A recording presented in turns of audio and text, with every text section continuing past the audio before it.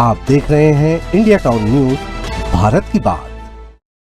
आप देख रहे हैं इंडिया टाउन न्यूज। मैं हूं आपके साथ संजना कुशवाहा। स्वागत है आपका हमारे खास बुलेटिन राजधानी सरकारधानी में, जहां हम आपको छत्तीसगढ़ की महत्वपूर्ण खबरों से रूबरू कराएंगे। तो चलिए बुलेटिन की शुरुआत करने से पहले एक नजर डालते हैं आज के हेडलाइंस पर।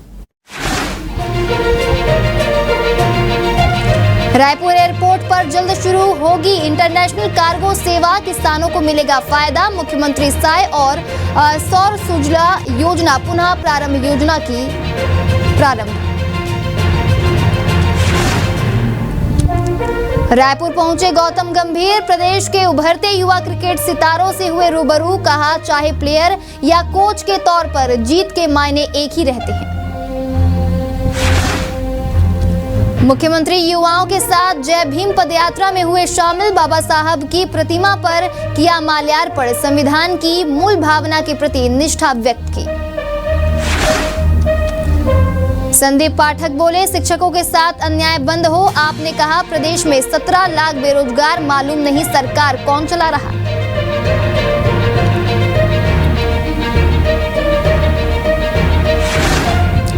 छत्तीसगढ़ के हर घर में कचरा बाल्टी देगी सरकार, डस्टबिन बांटने 474 करोड़ 57 लाख होंगे खर्च। नई जगहों पर शुरू होंगे वायर स्पोर्ट्स।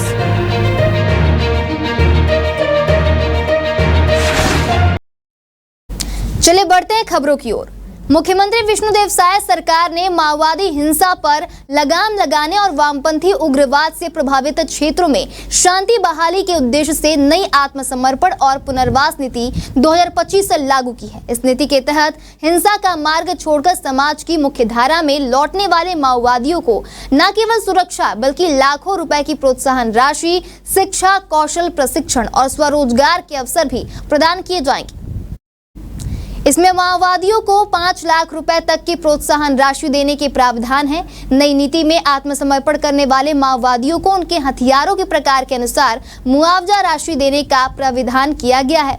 हर आत्मसमर्पणकर्ता माओवादी चाहे उसके पास हथियार हो या नहीं, उसे 50,000 रुपए की नगद प्रोत्साहन राशि दी जाएगी।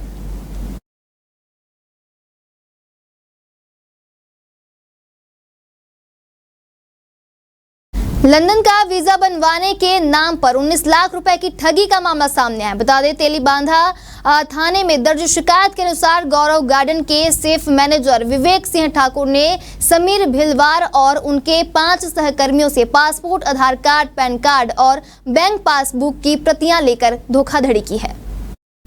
शिकायतकर्ता समीर भिलवार, जो वर्तमान में बड़ोदरा के होटल तारासंस में कार्यरत हैं, ने बताया कि मई 2023 में विवेक ने विदेश में नौकरी का लालच देकर प्रत्येक से 3,05,000 रुपए मांगे। सभी ने मिलकर 14,68,000 रुपए ऑनलाइन और बैंक खाते में जमा किए, साथ ही कुछ नगद राशि दी। विवेक ने ना तो वीजा बनवाया और ना ही पैसे लौटाए। उसने सभी का पासपोर्ट रख लिया और फरार हो गया। तेलीबांधा पुलिस ने विवेक सिंह ठाकुर के खिलाफ FIR दर्ज कर जांच शुरू कर दी है। पुलिस को आशंका है कि आरोपी दस्तावेजों का दुरुपयोग कर सकता है।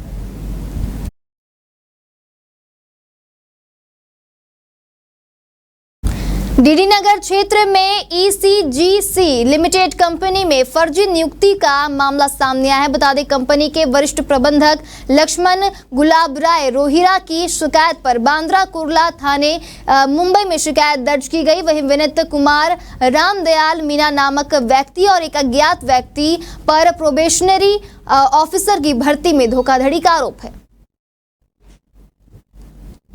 21 मार्च 2022 से 22 मार्च 2023 के बीच दोनों ने मिलकर फर्जी उम्मीदवारों को लिखित परीक्षा और साक्षात्कार में शामिल करवाकर नौकरी हासिल की। जांच में पाया गया कि नौकरी पर नियुक्त व्यक्ति और परीक्षा देने वाला अलग अलग है। पुलिस अब दोनों की तलाश कर रही है।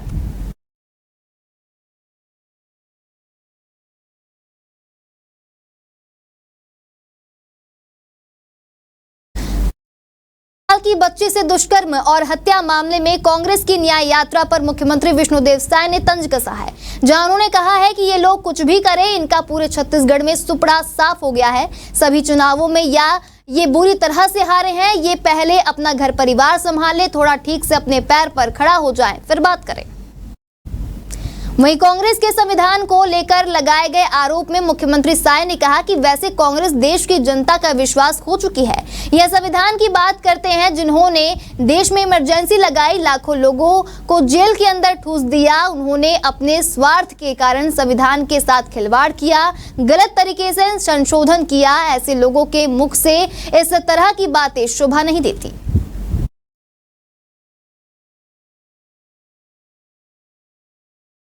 मुख्यमंत्री विष्णुदेव साय नवा रायपुर के सेक्टर 24 में छत्तीसगढ़ राज्य बीज एवं कृषि विकास निगम लिमिटेड एवं छत्तीसगढ़ राज्य कृषक कल्याण परिषद के नवनियुक्त अध्यक्षों के पदभार ग्रहण कार्यक्रम में शामिल हुए, जहां छत्तीसगढ़ राज्य बीज एवं कृषि विकास निगम लिमिटेड के नवनियुक्त अध्यक्ष और छत्तीसगढ़ राज्य कृषक कल्याण परिषद के नवनियुक्त अध्यक्ष को नए दायित्व के लिए बहुत बहुत बधाई और शुभकामनाएं दी गई। मुख्यमंत्री साय ने कहा कि रायपुर एयरपोर्ट पर इंटरनेशनल कार्गो की सुविधा जल्द शुरू होगी। इससे किसानों की उपजों को अंतर्राष्ट्रीय मार्केट मिलेगा और उन्हें फायदा होगा। मुख्यमंत्री साय ने प्रदेश की अन्नदाता किसान भाई बहनों से मिलेट्स, मक्का और ऐसी फसलों के उत्पादन का आग्रह किया है जिसमें पानी की खपत कम होती है। उन्होंने कहा कि हम ऑर्गेनिक खेती की ओर बढ़ने की जरूरत है। मुख्यमंत्री ने कहा कि सौर सूजला योजना पुनः प्रारंभ की जाएगी, जिसमें किसानों को अनुदान पर सोलर सिंचाई पंप उपलब्ध कराए जाएंगे।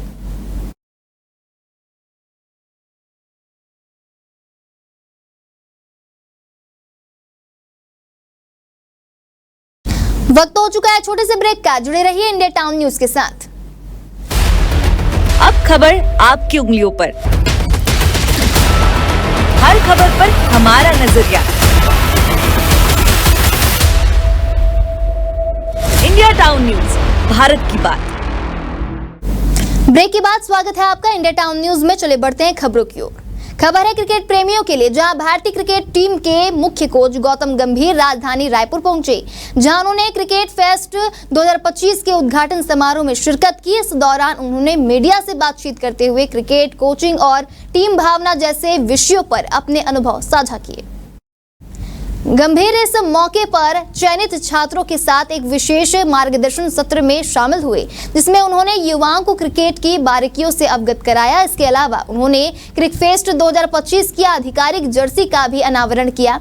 इस अवसर पर छत्तीसगढ़ के उप मुख्यमंत्री अरुण साव और राज्य क्रिकेट संघ के अध्यक्ष जुबिन शाह भी मौजूद रहे।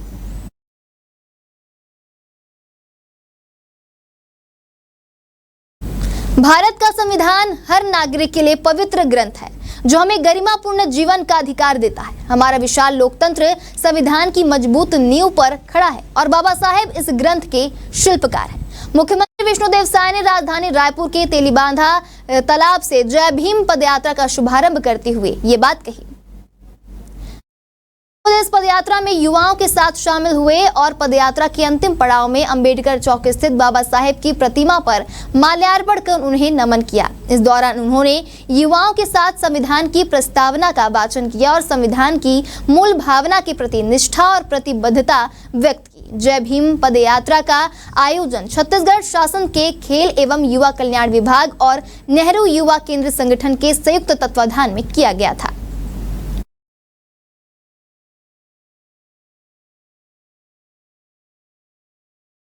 देश के वरिष्ठ पत्रकार और संपादक दिवंगत गोविंद लाल वोरा की स्मृति में रायपुर के प्रेस क्लब परिसर में गोविंद लाल वोरा लाइब्रेरी का शुभारंभ किया जाएगा। ज्ञानपीठ पुरस्कार से सम्मानित कवि कथाकार विनोद कुमार शुक्ल की विशेष उपस्थिति में आयोजित समारोह में विधानसभा अध्यक्ष डॉक्टर रमन सिंह मुख्य अतिथि होंगे। अध्यक्षता नेता प्रतिपक्ष डॉक्टर चरणदास महंत करेंगे। प्रेस क्लब अध्यक्ष प्रफुल्ल ठाकुर और महासचिव डॉक्टर वैभव शिव पांडे ने बताया कि स्वर्गीय गोविंद लाल वोरा की स्मृतियों को चिरस्थायी बनाए रखने लाइब्रेरी का निर्माण कराया गया है। यह लाइब्रेरी युवा पीढ़ी को पढ़ने लिखने के लिए प्रेरित करेगी।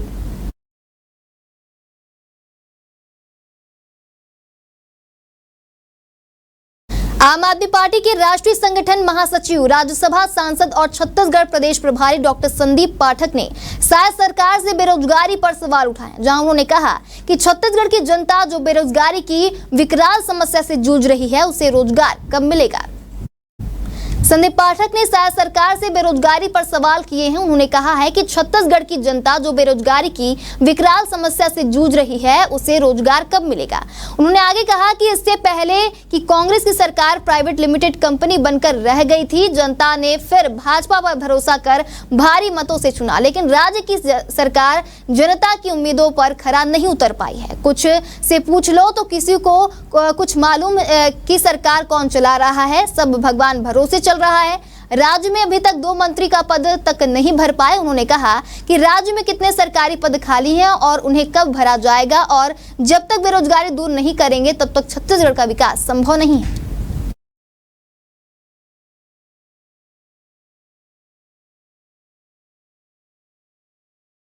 छत्तीसगढ़ के शहरी इलाकों के हर घर में डस्टबिन सरकार पहुंचाएगी। इसके लिए पूरे 474 करोड़ 57 लाख खर्च करने की तैयारी की गई है। इसके अलावा इसी साल पर्यटन के क्षेत्र में भी बड़े बदलाव करने की तैयारी है। वहीं अलग अलग जिलों में वाटर स्पोर्ट्स शुरू करने की भी तैयारी है।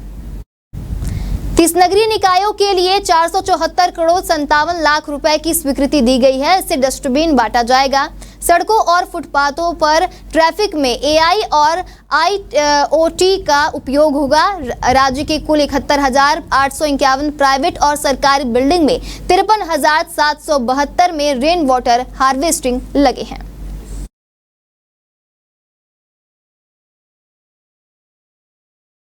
हमारे खास बुलेटिन राजधानी सरकार धानी में फिलहाल इतना ही। तमाम खबरों के लिए बने रहिए इंडिया टाउन न्यूज के साथ। नमस्कार। आप देख रहे हैं इंडिया टाउन न्यूज, भारत की बात।